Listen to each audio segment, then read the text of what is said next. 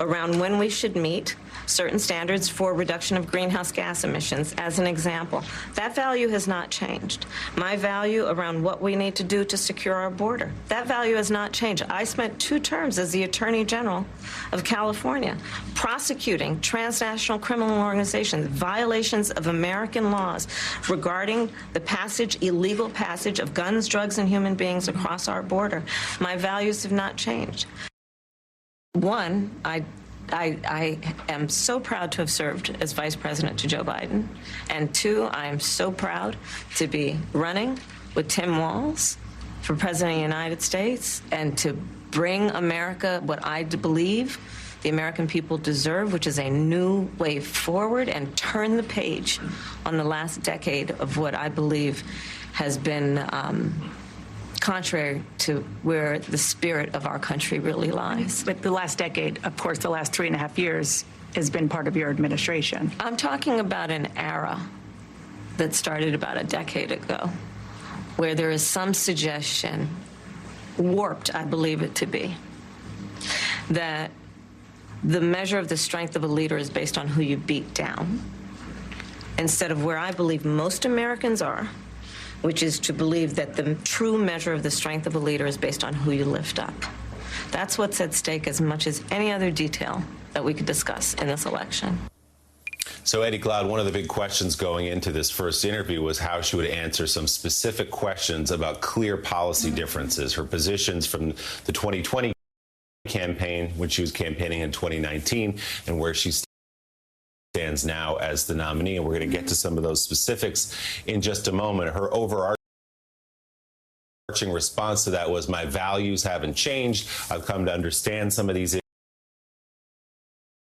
issues a little bit differently, and therefore I've landed in a different place on issues like fracking. But I'm just curious, given that this was her first sit-down interview as the Democratic nominee, your impressions?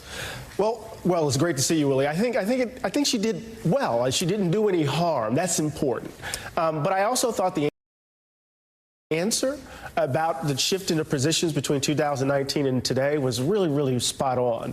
You know, we could have values that constitute the through line of our positions, but the context changed, the situation changed, our experiences change. And by virtue of that, we make decisions. You know, it's early in the morning to be quoting Ralph Waldo Emerson, but, you know, he says a foolish consistency is the hobgoblin of little minds, a foolish consistency. And that has everything to do with judging your commitments over and against the changing circumstances. So I thought she answered that question really, really powerfully. And there were some other powerful moments, too. So the final judgment for me, she did no harm. She set the stage for the next time she sits down. Eddie, we'll take Emerson or James Baldwin from you at any hour of any day. So you get a pass on that always. Jeremy Peters, this obviously was a big moment for the vice president. Her nominee to be vice president at her side, Tim Walz, was there as well. But this really was an interview about the candidate, about who she is, because there are open and fair questions about why she has changed so dramatically on so many key issues. What is the sense inside the campaign about how that interview went yesterday? I think, Willie, the most telling phrase, and probably the most important to Kamala Harris's appeal to the kind of voters she'll need to win, was that phrase that she used about where most Americans are.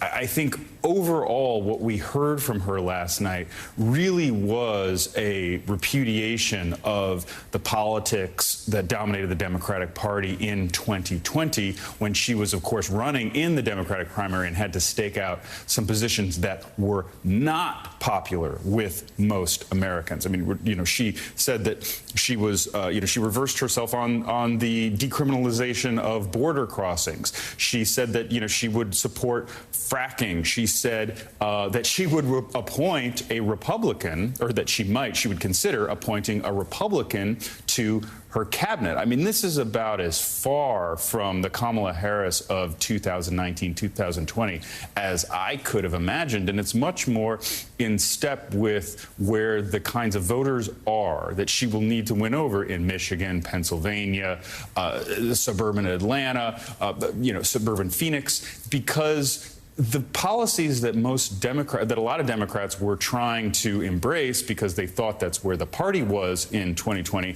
were really out of step with the concerns of most Americans. And that became evident when the Democratic Party rejected candidates like Kamala Harris, Elizabeth Warren in 2020 and went with the centrist Joe Biden. So I think she's really positioned herself in a way that should scare Republicans. I know that Republicans were scrambling yesterday to try to figure out how to push back on this interview.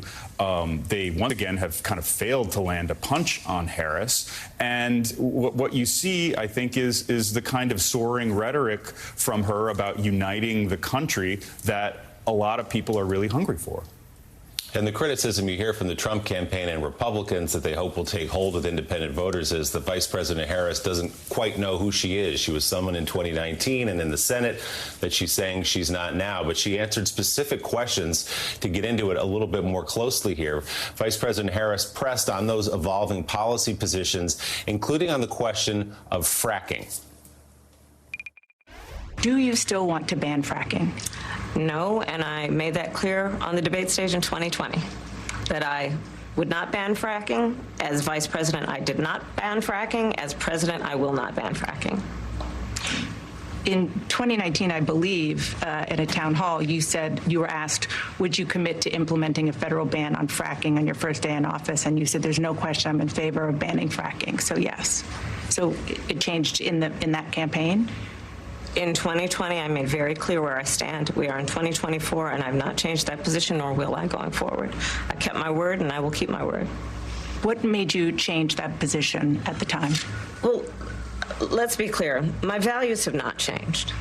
I believe it is very important that we take seriously what we must do to guard against what is a clear crisis in terms of the climate. And to do that, we can do what we have accomplished thus far. The Inflation Reduction Act, what we have done to invest, by my calculation, over probably $1 trillion over the next 10 years, investing in a clean energy economy. What we've already done, creating over 300,000 new clean energy jobs. That tells me, from my experience as vice president, we can do it without banning fracking. In fact, Dana, excuse me, I cast the tie-breaking vote that actually increased leases for fracking as vice president. So I'm very clear about where I stand. And was there some policy or scientific data that you saw that you said, oh, okay, I get it now? What I have seen is that we can grow and we can increase a thriving clean energy economy without banning fracking. So Sam Stein, pretty clear there. She says, in 2019, I said I wanted to ban fracking. In 2020, when I became the vice presidential nominee, I came on board with the position that we were not going to ban fracking, and I hold that position today. The subtext, because Dana Bash did a good job asking specific questions then about immigration, how she's changed on a series of policies. The subtext is, forget everything I said in 2019 when I was running in a Democratic primary. The person you should look at is the one sitting before you today and the one who was on the stage with Joe Biden in 2020. Right. I mean, yes, that is the subtext. I've always wondered in these situations, could someone go full Bulworth, not Bulwark, Bulworth, and just be like, look, I was running in the Democratic primary, I needed to get some progressive votes, and now I'm not. You know, like, would that work? Yeah. Probably not. But that is probably the truth, or close to it. I mean, there is some validity to the idea that the IRA, the Inflation Reduction Act, did spend, you know, historic amounts of money to prop up the clean energy economy. Obviously, that's helped pursue that economy and grow it in a way that allows for fracking. But, you know, if we're being frank about it, fracking is a huge industry, or a relatively huge industry in a critical swing state of Pennsylvania, and you don't want to offend that industry. There's no good answers really to give to that question. I thought she, you know, did what she had to do, which is assert her position, explain as best she can, and move on. And this is, again, I'm a broken record here, but, you know, this is why you probably should do more interviews, is that you get these things out of the way so that you can move on to more favorable terrain. And I imagine this will come up again during the debate, and I'm sure she'll have the same exact answer. So, Ali, I'm curious, you've covered then Senator Harris, you've covered Vice President Harris, and now candidate Harris. In terms of her evolution on some of these positions, How do you see what you heard yesterday? And again, what some of the criticism has been from Republicans, which is, well, of course, she's coming around to these positions now as a presidential candidate because she knows the people she needs to win sit where she says she sits now. What do you make of her evolution? How should voters look at it?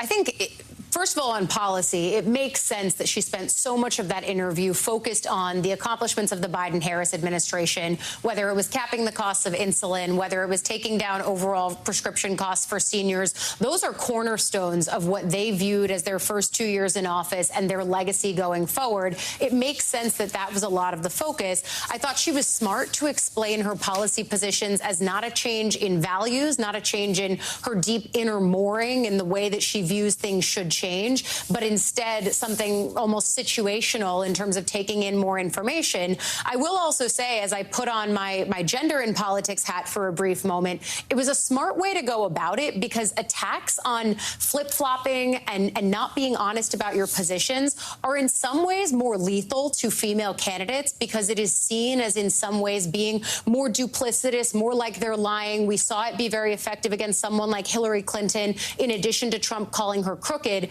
That's Harris, I think, even though she doesn't talk about the gender role of this, it's her employing some of the studies and the data and the knowledge around how do you tackle the fact that her policy positions have in some ways changed and evolved, and how do you explain them in a way that's not going to feed into the most negative characterization that voters and people who are running against her could possibly give it. That definitely struck me as one. But look, as someone who's covered her over the course of really the breadth that she's been on the national stage, this is a different person, and I'm sure that Sam and the rest of the folks on the panel who have covered her agree. She has a different kind of confidence. She is leaning into bipartisanship in a very Biden-esque way, in a way that really makes you wonder if that might not be the key thing that might have rubbed off on her over her time as the #2 in the Biden-Harris administration. And I think that's the thing that she's going to try to use and leverage continuously, in addition to the fact that she's been the administration's strongest messenger on another key issue that is in the minds of voters, which is reproductive access and abortion care, and that's something that she's been leading on.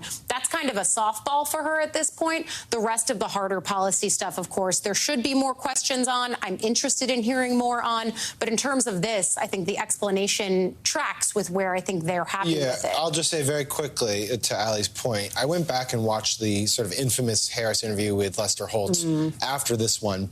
And what was remarkable was just how much more confident she was, how much more steady she was last night versus that one. I will say the other thing that sort of stood out for me last night was, you know, Dana Bash did ask her a question about the historic nature of her candidacy, first female candidate trying to break the glass ceiling, pointing to that picture, that now famous picture from the convention stage. And what was telling was that Harris just didn't take the bait at all. She said, yes, I'm aware of the picture, and it means a lot to me, and that was it. And it's very evident in that answer that she knows the things that she needs to emphasize, and it's not, in her estimation, the historic nature of her candidacy. It's trying to sell herself to voters across the spectrum.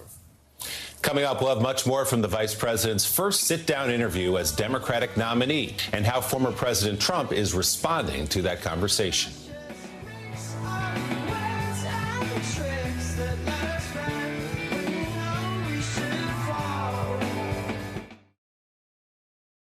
Nice to meet you. My name is David. I've been a pharmacist for 44 years. When I have customers come in and ask for something for memory, I recommend Prevagen. Number one, because it's safe and effective, does not require a prescription. And I've been taking it quite a while myself, and I know it works. And I love it when the customers come back in and tell me, David, that really worked so good for me. Makes my day. Prevagen, at stores everywhere without a